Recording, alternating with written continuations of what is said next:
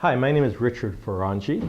I'm with Hague Quality Water in Los Osos, and what I've found over the years, after explaining water filtration systems to people, is that you can tell them something all day long, but if you tell them a story, they seem to get it better, and they find it humorous, and the point sinks deeper into them, and they get the point. So I've got a few stories I'd like to tell you that I've told people over the years. They're humorous, they amuse me, and usually they amuse people, but they teach them at the same time. Some of the stories I like to tell, for instance, if somebody is not really concerned about chlorine or the effects of chlorine in the water, or, how can chlorine be bad? Certainly the city puts it in the water. There must be a valid reason for it, and there is. But how can chlorine actually hurt you? So I like to tell this story, and this has to do with Cuesta College in San Luis Obispo. My wife used to attend an aquakinetics class there. And she was the youngest person in the class at 50 years old. These ladies, and by the way, it's a female aquakinetics class, and the other ladies in the class are 70, 80, 90 years old. Some of these ladies have been going to this class for decades. And they've all walked up to the pool and seen green water before, and that doesn't really concern them because over 10 or 20 or 30 years, sometimes the water chemistry isn't exactly what it should be. But anyway, this particular day, the water was green, and this, again, didn't concern anybody because they've seen this before. But they all get in the pool to start their aquakinetics class. And inside 15 minutes, all 20 of these women are out of the water. Something is wrong with this water, is what they said. Well, long story short, turns out Cuesta Pool has an automatic chlorinator that senses when the chlorine levels are low and when the chlorine levels are high. So when it senses the chlorine level is low, it adds more chlorine to get the chlorine up level where it should be.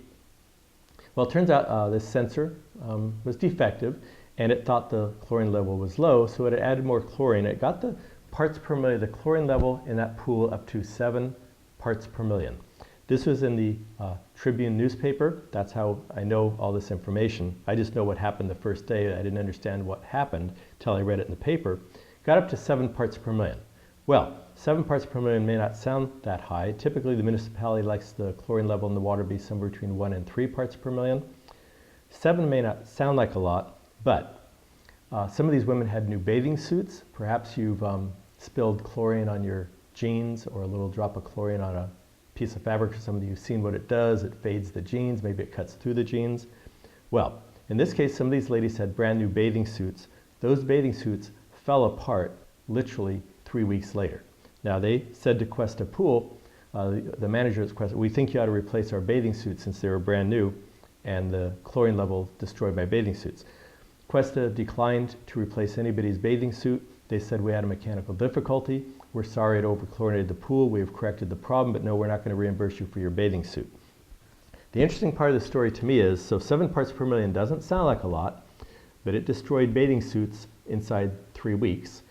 But the most interesting part of the story is, how did all 20 of these women know there was something wrong with this water? Why did all 20 women jump out inside 15 minutes and say something is wrong with this water?